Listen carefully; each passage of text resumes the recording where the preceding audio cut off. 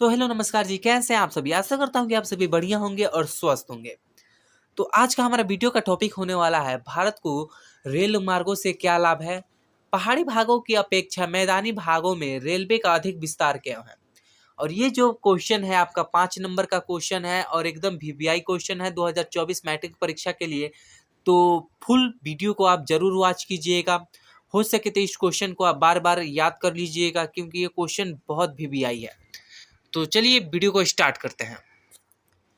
भारत का रेल मार्ग राष्ट्रीय संपत्ति है, यानी कि भारत का जो रेलवे है वो किसके अधीन कार्य करता है? तो राष्ट्रीय यानी कि सरकार जो है भारत सरकार के अधीन कार्य करता है। तो ये सरकारी मिशन हो गया, यानी कि सरकार द्वारा चलाई जा रही है, तो ये राष्ट्रीय संपत्ति ही होगा। तो सही लिखा है कि भारत का रेलवे राष्ट्रीय संपत्ति है।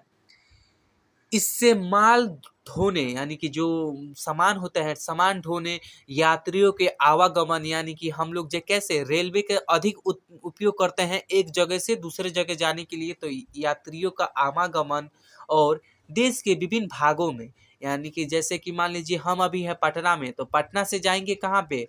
दिल्ली में, तो किसके रास्ते से जाएँगे हम? सबसे सस्ता कौन-सा है हमारे देखने से? तो रेलवे है। तो हम देश के विभिन्न भागों में यानी कि देश के हर हिस्से में हम लोग रेलवे से घूम सकते हैं। देश के विभिन्न भागों में खाद्य यानी कि खाद्यार्थ यानी कि खाने के सामान, उर्वरक जो खेत में उपयोग किया जाता है, खनिज तेल जो आप लोग बाइक में डाल के चलाते हैं, कोयला ये पहले ट्रेन इसी से चलती थी लेकिन अब बहुत कम पाया जाता है कोयला।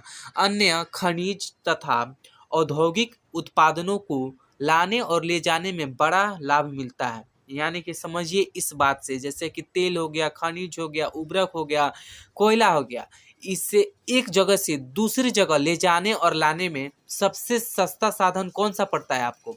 तो आपको रेल मार्ग पड़ता है। रेल का मार्ग इसलिए पड़ता है क्योंकि ये सबसे शीघ्र काम करता है और सबसे सस्ता में आपको हर जगह प्रोवाइड कर देगा। जैसे कि मान लीजिए सबसे ज़्यादा कोयला मिलता है, कहाँ पे मिलता है सबसे ज़्यादा कोयला?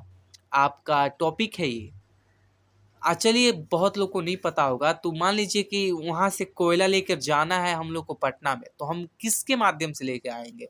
ट्रक के माध्यम से तो ले जा चुके, क्योंकि ट्रैफ़िक इतना जाम होता है कि आप ट्रक के माध्यम या बस के माध्यम से नहीं ले जा सकते। लेकिन रेल मार्ग माध्यम ऐसा है, जो शीघ्र काम करता है और कम पैसों में ही काम करता है।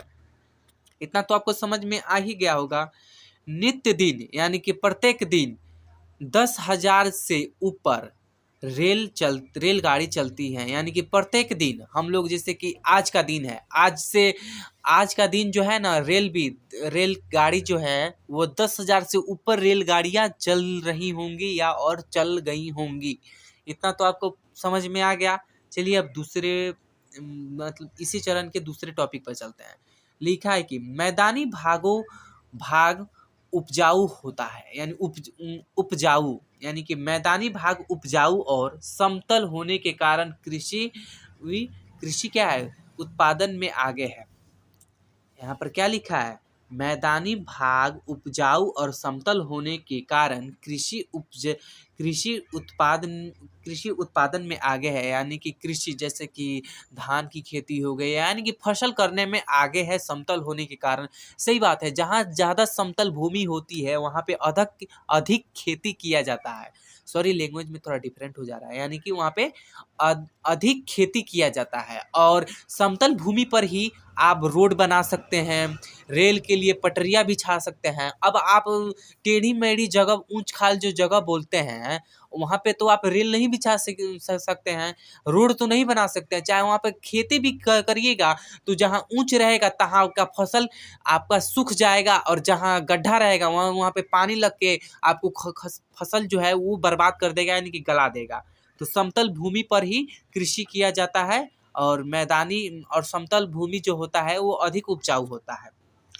यहाँ कृषि का अधिकतम उद्योग का विकास हुआ है। यहाँ कृषि पर अधिकारित मतलब कि आधारित यहाँ पर कृषि पर आधारित उद्योग का विकास हुआ है। कृषि पर आधारित कैसे हो गया? जैसे कि फसल लगाना हो गया या आप धान गेहूँ बो रहे हैं, वो किस पे आधारित है? तो वो कृषि पर आधारित है।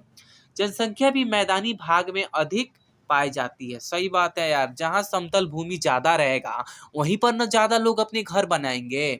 और जैसे मान लीजिए ऊंच खाल जगह पर चले गए तो आप वहाँ पे माटी भरवाते ही रह जाइएगा, समझे ना। इसीलिए कोई भी व्यक्ति अपना जमीन खरीदता है ना तो समतल ही भूमि खोजता है, ताकि उसका खर्चा थोड़ा बचे।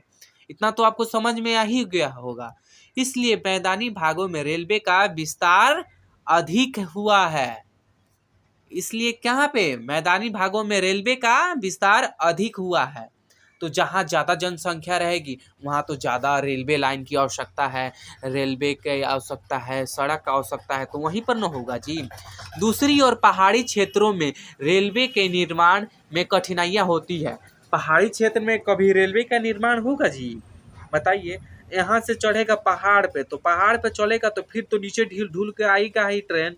और ट्रेन में के जो चक्का है उसमें गोटी भी नहीं रहता है कि उसमें घर्षण बल लगेगा तो रुकेगा, वो तो सीधा स्लिप करके नीचे चला आएगा। तो पहाड़ी क्षेत्र में जल्दी रेलवे होता है जी, नहीं होता है, समतल होता है। अगर रेलवे का निर्माण भी होगा तो पहाड़ काट के बनाएगा, समतल करके बनाएगा, क्योंकि वहाँ समतल भूमि नहीं होती है। वही बात हुआ, रेलवे का निर्माण नहीं होगा, समतल भूमि नहीं है, और बनाएगा भी तो पहाड़ को काट के बनाएगा, गुफा टाइप का बना के तब रेलवे उससे ले जाएगा। अगर कहीं भूस्खलन हुआ तो सीधे क्या होता है, लैंडस्लाइड होता है ना, तो ट्रेनें के ऊपर कभी कभी बड़े बड़े चट्टान मतलब गिर जाते हैं, खिसक जाते हैं, या जो गुफा होता है बनाया जाता है टर्मिनल, वही भसक जाता है।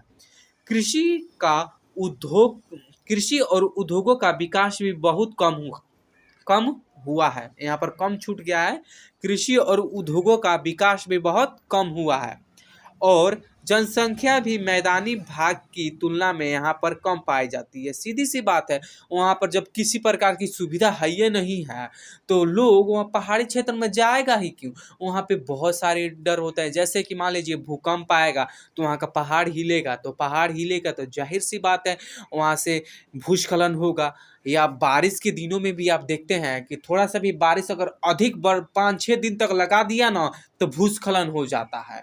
तो इसीलिए वहाँ पर कोई लोग जो है रहने से मतलब कि उतना अच्छा नहीं मानते हैं पहाड़ी क्षेत्र को। वहाँ पे ना रहने की उतनी सुविधा होती है, ना लाइट की सुविधा होती है। अब तो हो रहा है धीरे धीरे। और रेल का तो छोड़िए मत, सड़कें होती हैं इतनी घुमाव फिराव होती है ना कि अगर सीधे जाइएगा तो जितना जल्दी पहुँचिएगा उतना टेन टाइम जाइएगा। तो आई होप कि ये वीडियो आपको समझ में आया होगा। अगर समझ में नहीं आया है तो आप फिर से इस वीडियो को देख सकते हैं दोबारा, आपको ज़रूर समझ में आया होगा। और वीडियो समझ में आया है तो वीडियो को लाइक करें, चैनल को सब्सक्राइब करें। मिलते हैं अगले वीडियो में। और आपके लिए एक आवश्यक सूचना, अगर आप 9 PM से 9:30 PM के बीच में अगर आप हमें कोई भी मैसेज करते हैं हमारे यूट्यूब चैनल के माध्यम से, तो उस मैसेज का आपको रिप्लाई जरूर मिलेगा। तो मिलते हैं नेक्स्ट वीडियो में, तब तक के लिए जय हिंद, जय भारत, वंदे मातरम।